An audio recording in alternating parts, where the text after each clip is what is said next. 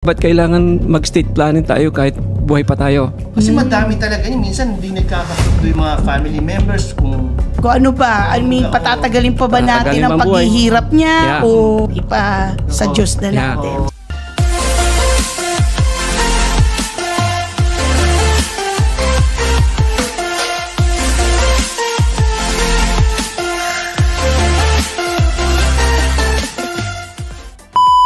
Hello everyone! This is Elizabeth Velasco from the Velasco team of Remax Gold.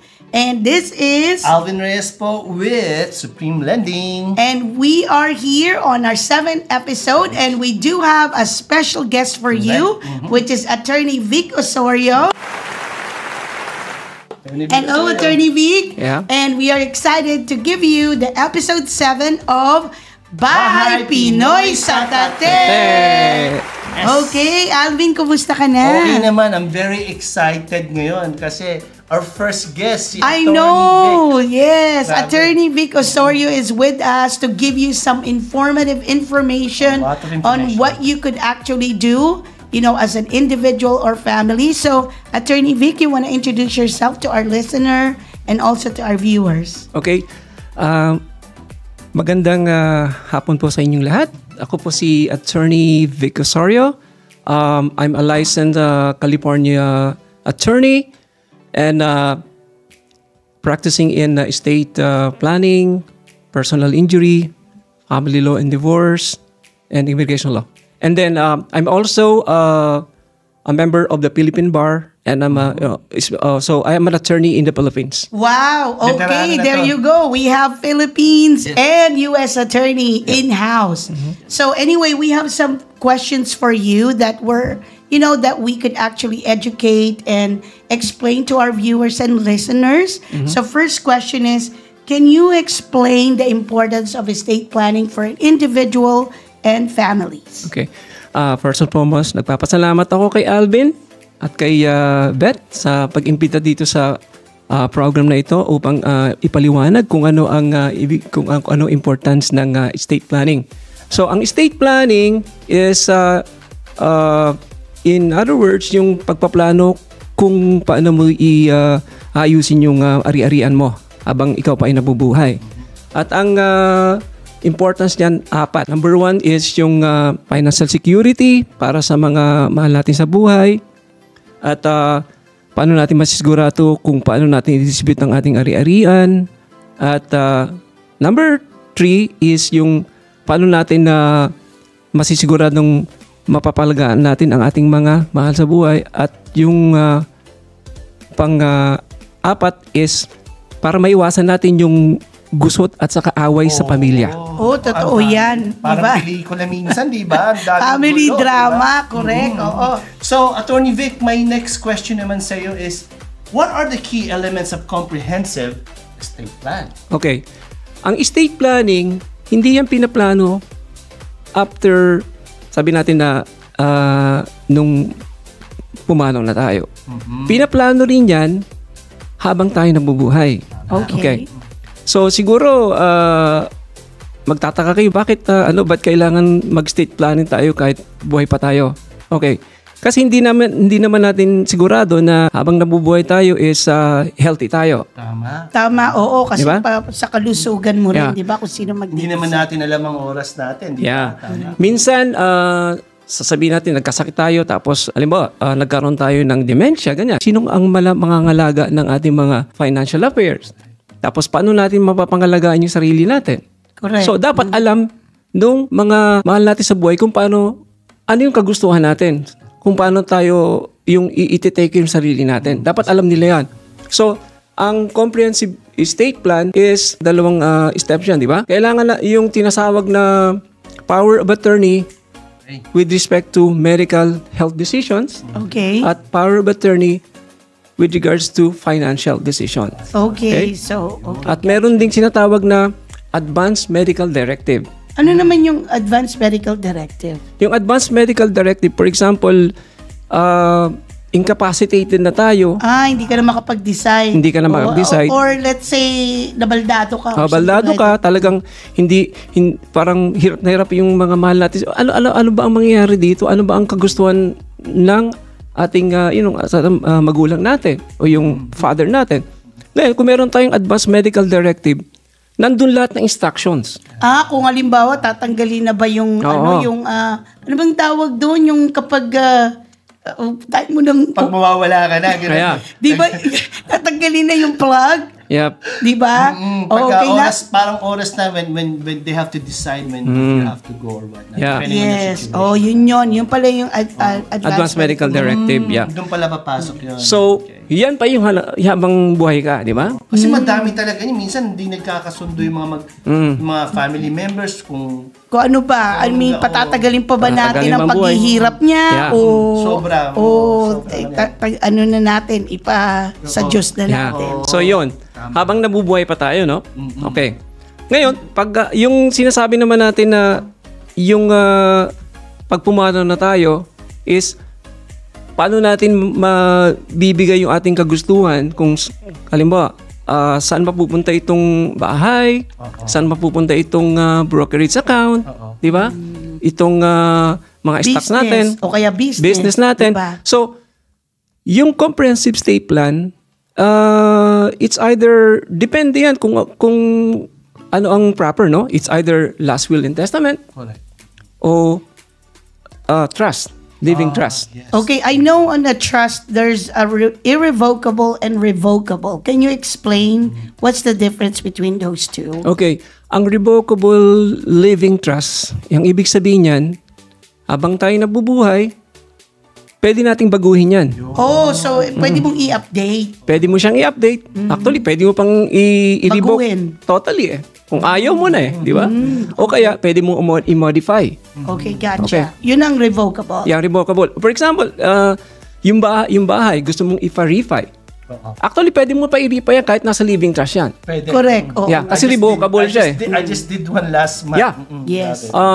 Yung irrevocable naman, ibig sabihin yan is hindi mo na siya pwedeng i-revoke, hindi mo na siya pwedeng baguhin, So, hindi mo na talagang pwedeng i-modify. Permanente na siya. Yes, in a sort, permanente na siya. Pero, there are ways by which we can still revoke it or we can modify it, but it's kind of hard.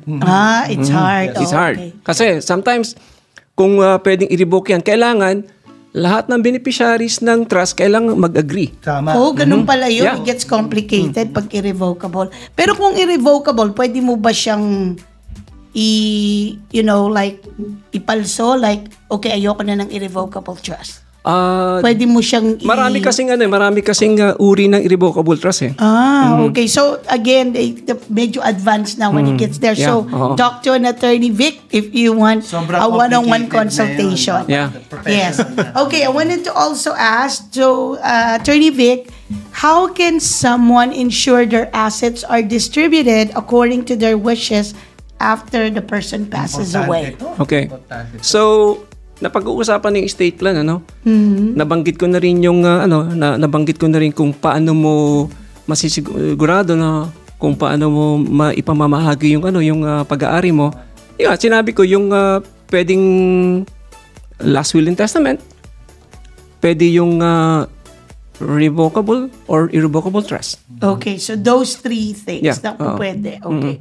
Attorney Vic, ito naman yung pang-apat naming question is, what are some common misconception people have about estate planning? Okay. Baka importante to. Oo nga, kasi kasi not a lot of people are familiar with estate planning, Yes. di ba? So pag sinabi nilang estate planning, akala nila parang sa mga pangmayayaman lang. Tsaka parang masyado complicated. Oo nga, para Pupuntahan bang, mo. okay, legal stuff, Oo, okay. I madami know they to. need to hire an attorney to create one, pero what are the Matrabaho, biggest parang conception? ganun. Yeah. Nabanggit mo na nga yung sinasabi na kailangan mo lang ng estate planning kung sobrang yaman mo. Oo. Di ba? Not necessarily. Lahat ng tao, kahit na anong edad niya, at least 18 years old, lahat walks of life, kailangan mag-estate plan talaga. For example, sabihin natin na marami tayong pag-aari, di ba? Kailangan talaga na yun nga, yung maiwasan yung mga kaguluhan sa pamilya. So kailangan natin talagang i-estate plan, no? Maisaayos. Oo. Okay, to prevent that from happening. Kasi diba? diyan pumapasok ang gulo pag biglaan eh. Yeah, at saka lalo na pag maraming magkakapatid. Oo. Di ba? Naku, marami akong chika dyan. Pero next na lang. Sa next na lang. yan. Yes. So what else are the misconceptions?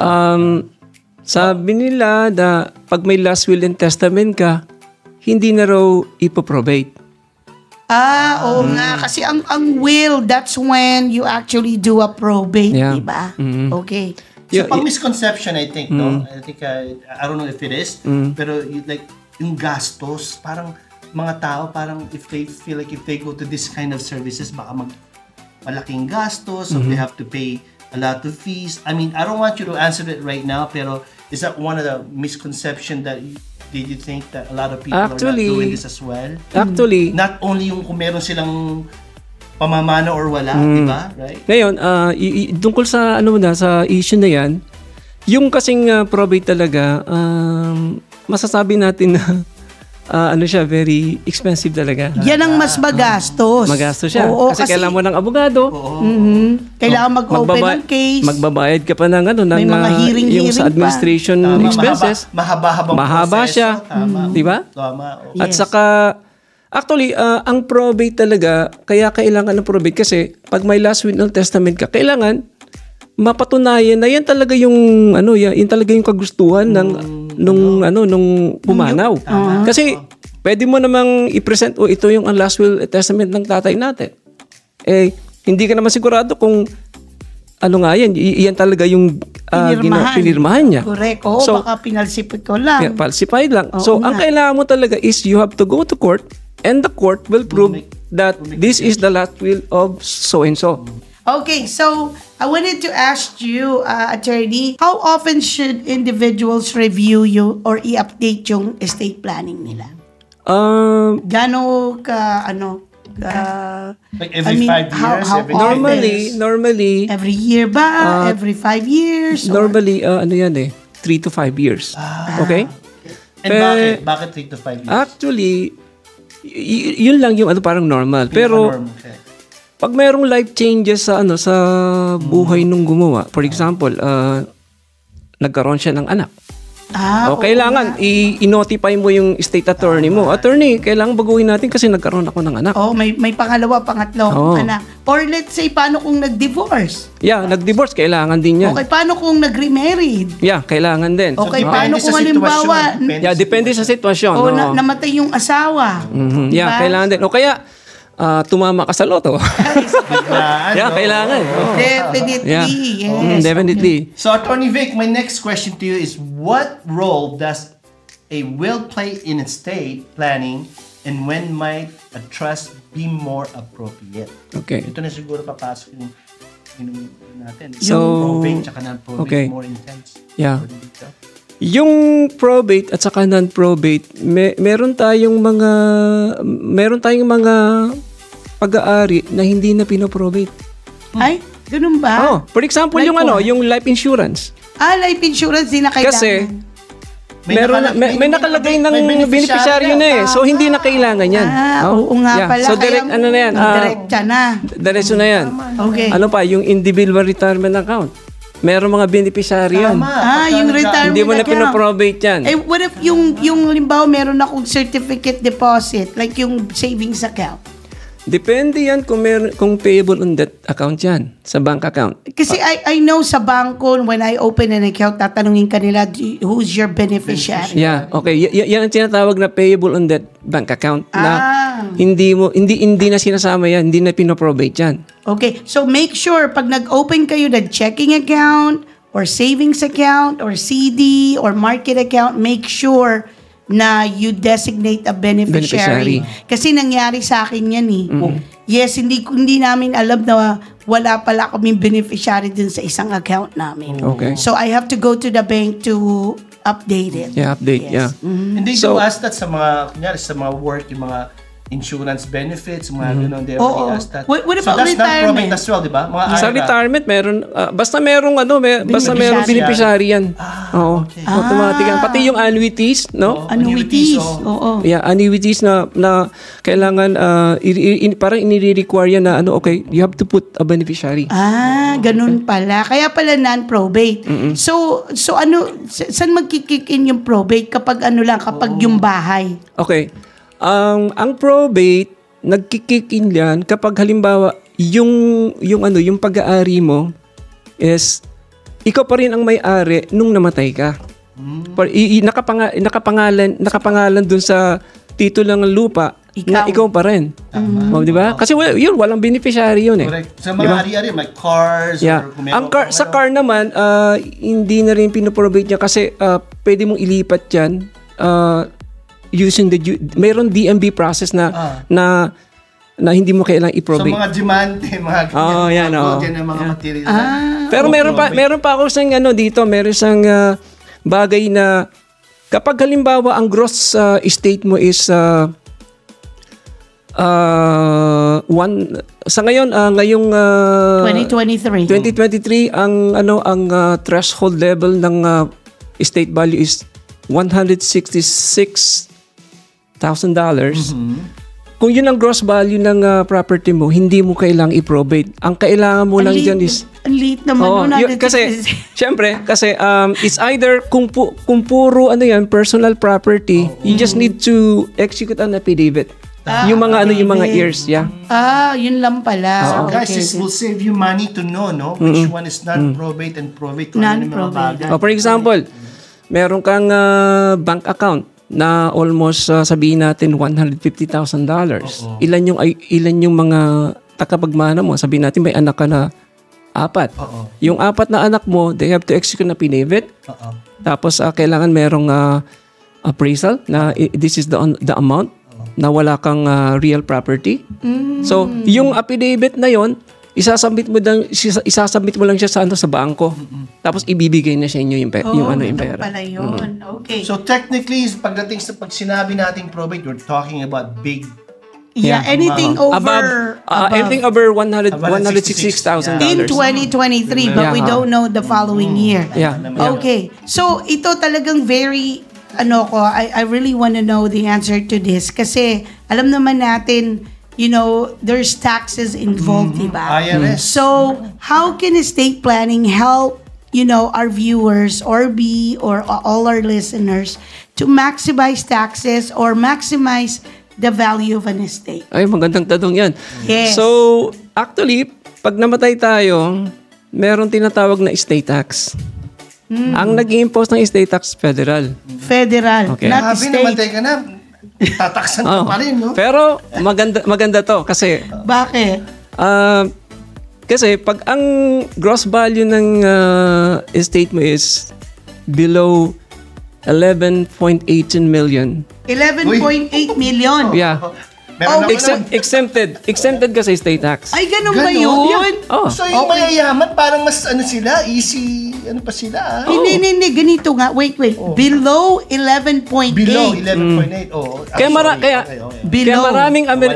maraming American people, hindi sila affected ng estate tax. Correct, oo. Kaya nga, actually, in order to, yung 1% ng mga mayayaman sa US, anything above 11.8 million are considered 1% ng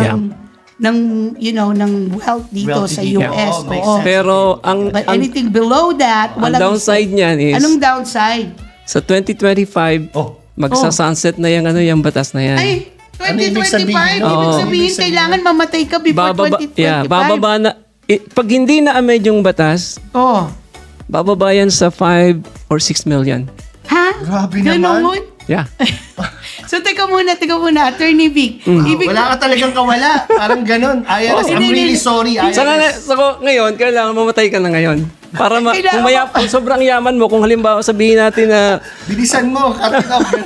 Grabe. Kailangan mamatay ka before 2025. Kung 11.8, are we talking about like net or gross? gross.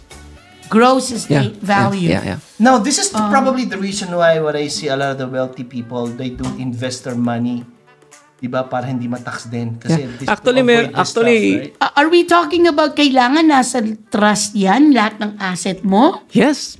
So, kailangan lahat ng asset mo nasa trust para it will fall below that 11.8 million. Hindi, sasabihin ko sa'yo.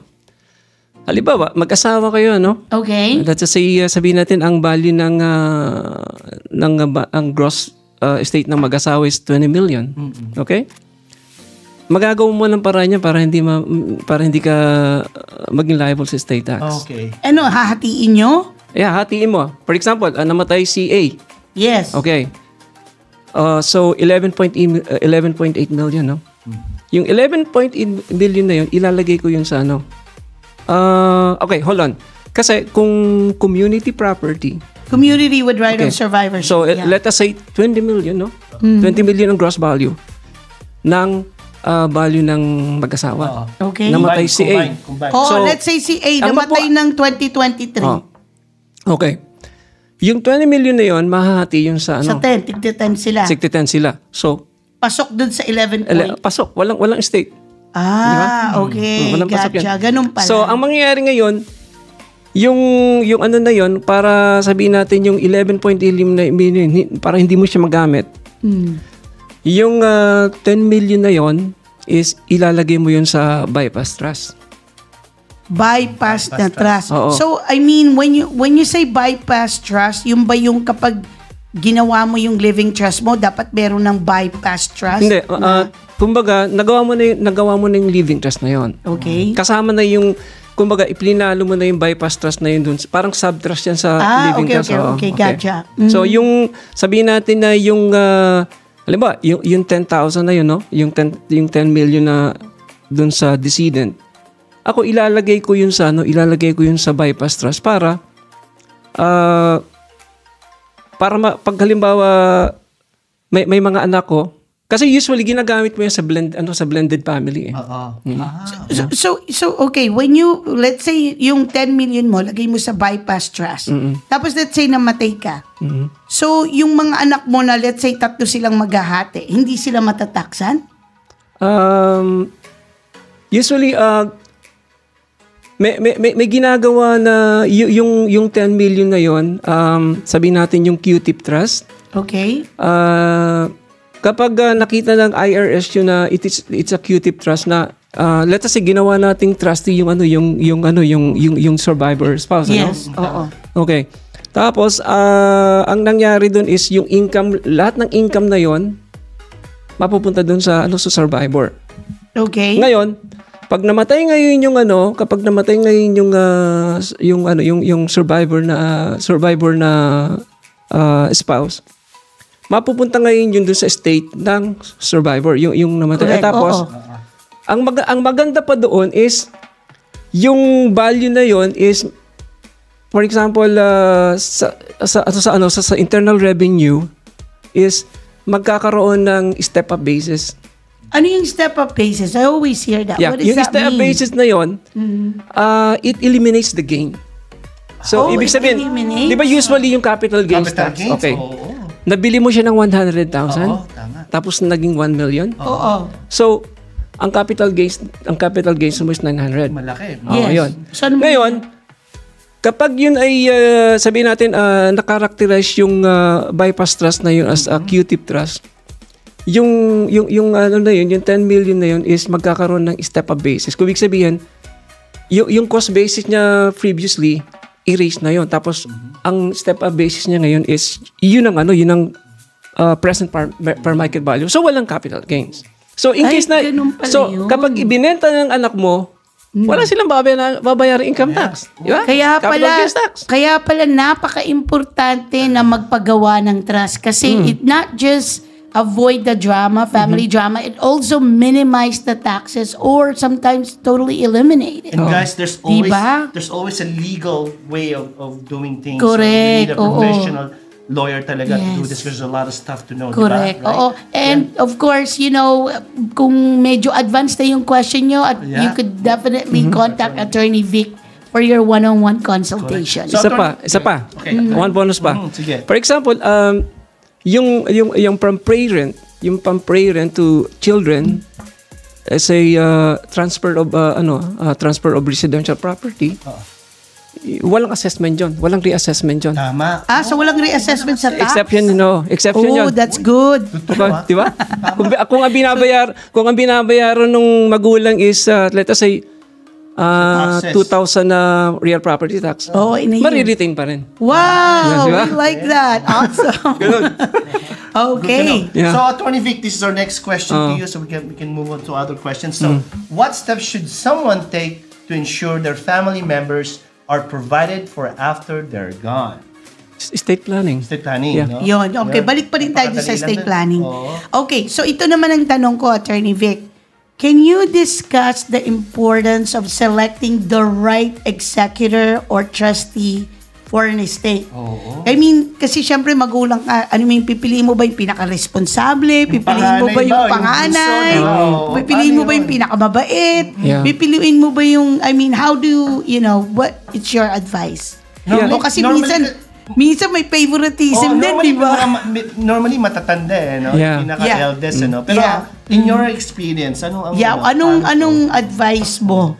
So, syempre, itong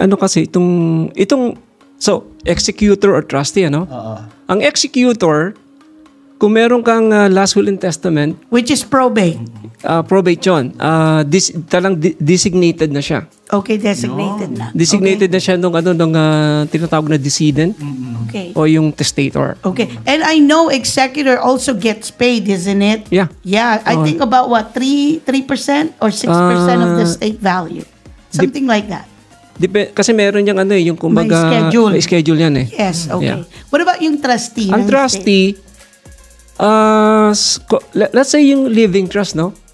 So, ang living trust, may trustee yan, no? Usually, a trustor or a settlor, yung nag-create ng trust, mamimili. At the time na he is still alive, siya yung trustee. I know. Yeah. Yes. Paano kung halimbawa mamatay na siya? So, pag namatay na siya, meron ng sinasabing successor trustee. I know, pero sino yung mamimili? I mean, kung ikaw ang trustee, sinong pipiliin mo? Siyempre, It doesn't have to be their kids, right? It could be their siblings, it could be their cousin. talagang trusted kasi ang trustee kasi is a very responsible position. So, it could be a third party rin as well? Yeah, Yes. pwede yung third party pero mostly kung it depends on the character of the property. Tama. Di ba? Okay. And saka kung for example, yung property mo is some kind na kailangan ng nung trustee na may technical know-how about how to manage the property. Yun din ang consideration na kailangan mong piliin. So, kailangan yung responsible, fair, Competent, may skill. competent, Yeah, skill. okay, At may saka skill. hindi siya magki-create ng Drama or ng issue. conflict between the beneficiaries. Oh, yeah. Kasi ang job lang naman niya is to execute the trust and do distribution Yeah. or collect Walang conflict. money. Collect property. Walang Yeah. conflict of interest for both. Oh, syempre wala dapat, oo. Saka ang pumipili ng trustee yung nag-create ng trust. Tama. Di ba? Oo nga. Yes, So dapat kilala niya talaga. Personally kilala especially niya. pag anak mo yan, alam mo kung sino Oh, kilala mo eh. Yung anak mo kung talagang responsible, di ba? Kung responsable, Oo. Kung Parang iniisip ko pa lang, naguguluhan na ako. Yeah. Parang ganun. Pero that's why you need attorney B or any Oo nga. professional when it comes to this kind of situation, di ba? Yeah. pero anong advantage kung bakit gusto mong maging yung successor trustee? Do they get paid as well? Katulad ng executor? Depende O na sa dahil may yan. control lang sila? Yeah. Actually, ang pagiging trustee, maraming trabaho yan eh. Oo. Di ba? But do they get paid? Depende na yan sa terms ng trust.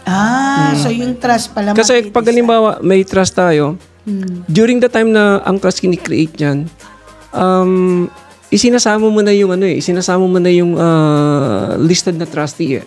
So alam niya na. Ngayon kung babayaran siya, pero kung member ng family, regularly hindi siya binabayaran. Kasi family member na. Family member, oo. So, Attorney Vic, ito naman, we're gonna go to our last questions. And are there any recent changes in laws or regulation that individuals should be aware of when planning their estate? Nasabi ko na yun. Kanina, di ba? Oo. Yung sa state Oo. tax. Sa 2025. Is it December 2025? Maaari, Okay. Grabe. Yeah, pero unless baguhin nila yung law, Yeah. kasi from 11.8 million bababa sa 5 point Or 6 million. or 6 million. Actually- Almost double yun. Actually, depende na yan sa sa makeup ng administration natin eh. Sa Sa bago. bagay, may election na naman. Ito na naman, oo. Hindi natin naman takbo. Nakalimutan ko. Okay. Oo. Attorney, may isa akong tanong before Oo. you go. Kasi, let's say, meron akong property, tapos hindi ko na ilagay sa trust. So, what's gonna happen? Okay. Sa titingnan mo naman yan yung sa schedule eh. Okay. Meron kasing schedule yan. Schedule A. Okay. Naka-itemize yung properties kasi mo. yung kasing sometimes may problema halimbawa yung intention ng yung intention na nag-create ng trust nililagay niya sa schedule A property in the address of so and so. Okay. The problem is hindi naasikaso, hindi na retitle. Oo nga, hindi na retitle kasi kailangan mong baguhin yung title, ilagay sa trust. Ano mangyayari? Usually, ang dapat na ginagawa doon, yung process na funding the trust. For example, ilalagay mo yung title name doon sa trustor as trustee. Merong petition. Ang tinatawag yan yung Hagstag petition. Pupunta ka sa court, gagawa ka ng petition na ang intention talaga nung trustor is to put the property in the trust. Gagawa pala. Kaya dapat pala gawin mo na bago mamatay. Kaya importante yung lagi mong ina-update. Ina-update mo siya. Oo nga. Kasi minsan, hindi mo, kasi halimbawa, sabi nung attorney, okay, gumawa, yung parang i-assign niya lang dun sa trustor, i-retitle mo na yan. Minsan hindi nila nagawa kasi hindi nila alam kung paano gawin. Oo. Yeah. Kasi creating a trust, it's not just one time. Kailangan mini-maintain. Mini-maintain mo yan. Every now and then. Yeah, you said 3 to 5 years. Kasi, Pero depende sa kung there was a lifetime change. Yeah. Oo nga, sa mga nagkaanak ka uli, Depende sa or scenario, divorce, sitwasyon. or may nagkasakit. So, anyway, wow, we learned so much Grabe. today, Ang di ba, dami, Alvin? parang ina-analyze ko pa yung mga narinig ko. Yeah, Grabe. pero I mean, we definitely thank you so much for for coming here today and explaining and educating our listeners and our viewers. Kasi, I mean, it applies to myself. Yep. Like katulad ng sinabi nyo, Attorney Vic, na kailangan pala mine-maintain at ina-update ang trust. Yes. Hindi lang yung one time lang siya kasi, remember, you buy and sell properties, hindi mo na ilalagay. And also, it's very important kasi we don't know when that time is gonna stop. Correct. Oo nga. Things happens pag biglaan. Yes. So, before you go, just a quick question. Let's say for a basic trust, how much does it cost normally, attorney? So, ang basic trust, 1,500 to 2,000. Okay. So, yung basic lang yan, ha? Okay. Pero may average, mga nasa 2,500, 2,000, something like that. So, depende how complicated. Yeah, depende how to complete. Kasi meron yung yung advanced healthcare directives, Oo nga, may yung mga, power of attorney, may mga iba-ibang karagdagan. yung Correct. memorandum, yung general assignment. Pero pinakamaganda talaga kung magpapagawa kayo, gawin nyo ng comprehensive para, walang na-miss. Cover lahat. Covered Cover lahat, lahat. diba? So anyway, Alvin, do you have any other No, question? actually, like I said, I'm still analyzing yung mga natutunan ko ngayon, mga narinig ko. But Attorney Vic, thank you so much I for know, joining thank you with us. so much. Thank you din. It Yes, has been for a coming. beautiful experience for me, at least ako. Yes, to oo. learn all this stuff. But if there's anything, guys, if you guys have any questions, Any don't more- forget. Yes, reach out to Attorney Vic Osorio, and thank you for coming here today. And hopefully you learned something today. And thank you so much for joining us. If you have any other comments or suggestions or any topics, yes. So Follow, again, subscribe. thank you so much for joining us at Bahay Pinoy sa Tate.